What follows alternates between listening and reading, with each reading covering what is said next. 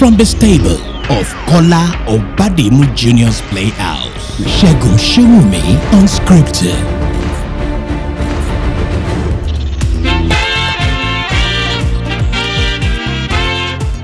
I have wondered why corruption has been the bane or the excuse of development in Africa. And in trying to understand what really causes corruption and why policymakers, government officials, civil servants, and sometimes private sector collaborators that corrupt in Africa, I came to the conclusion that corruption is intertwined with the processes of making money according to some of the trainings that those who are looking for profit look for profit. And I think the insatiable greed that we find all over the world that has now percolated Africa, impacting it more than it should, is what is at the underpinnings of corruption. Now then the question then becomes, why is it that corruption does not seem to halt the progress of most of the other developed society, but it is a cankerworm that is stopping almost everything that Africa needs to do? It occurred to me that yes, there are corrupt in America, corruption in England, there are corrupt people in Australia, there are corrupt people in Germany, but something differentiates them with that of Africa and Nigeria. And that thing, in my opinion, is the sure consequences of being caught. Once you are absolutely sure that once you get your hands into corruption or corrupt enrichment or misappropriation of public money, you will be caught. It's only a matter of time. You will be shamed, you will be jailed, and society will consider you like someone that has been ostracized. I think that was what created a scenario for them in one breath to reduce corruption. The second one, most people are corrupt because of the fear of their own future and their reality. I began to ask myself, what makes an average civil servant, public servant in developed countries not so corrupt? It is because they are sure that the institution of state will not allow them to fall below a certain level. The institution of state will guarantee that they can live in a house that is decent. The institution of state will guarantee that if they pay their pensions, they will get the facilities that pensions give. The institution of state makes sure that once they are in paid employment, they are entitled to credit, and they can use credit to build themselves and make themselves whoever they want to be according to the level of what they consider to be human satisfaction. The institution of state will make sure that their children will go to school decently, and there is no more difference between the children of the rich and the children of the poor. The institution of state will make sure that when they have health challenges, they will go to the hospital, they will be attended according to the processes. So the institution works so well that the collective responsibility of the majority is to protect that institution.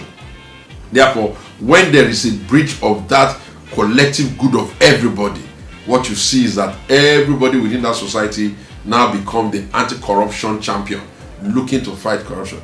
But what do we have here?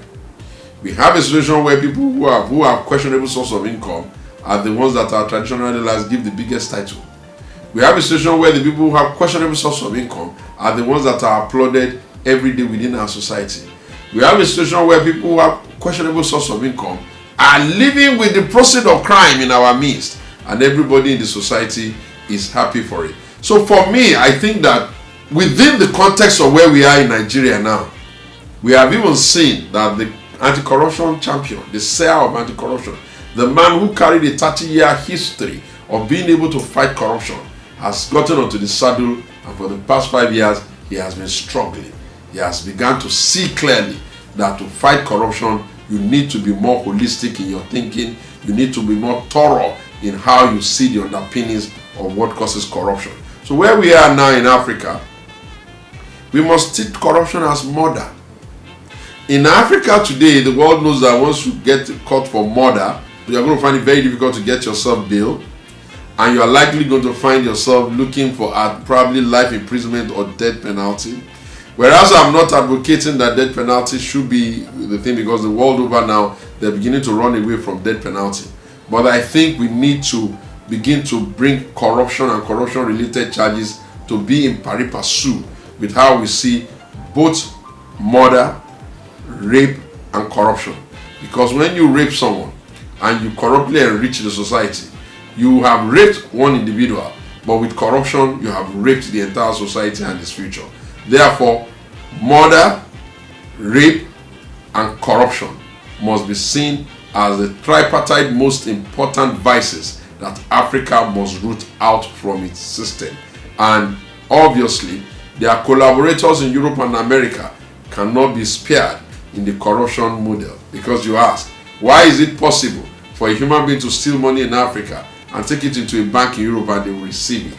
There should be a reason for them to know that politically exposed people cannot suddenly become very rich only when they are in public office. But alas, when they are bringing the money there, the people of Europe are collecting the money. So if Europe will not help us more than they are helping us, then we will have to review the underpinnings of our corruption and how we treat it. And I tell you, it is a comprehensive reorientation of the entire society, so that our kings know that they can no longer decorate the life of corrupt people with title. Our young people know that corrupt people are not entitled to awards. Our people in the society know that you can disdain a corrupt man by ostracizing him and not going to serve. If a corrupt man says his child is getting married, we can protest by not going to that wedding, so that he knows that we are saying with our attitude that he is a very corrupt human being and he has stolen our commonwealth, and that needs to stop. And we must be willing to punish corruption in Nigeria with the same intensity by which we punish murder. The next thing that comes close is rape, because with rape, the victim never recovers. There is no repairing the situation once you rape someone. They will always remember, they will live with the fear. Even when you try to do all the psychological management to get them out of the place, how will they ever forget that one beast pinned them down against their will, defiled them, and in some of the cases that we're seeing now, even murders them.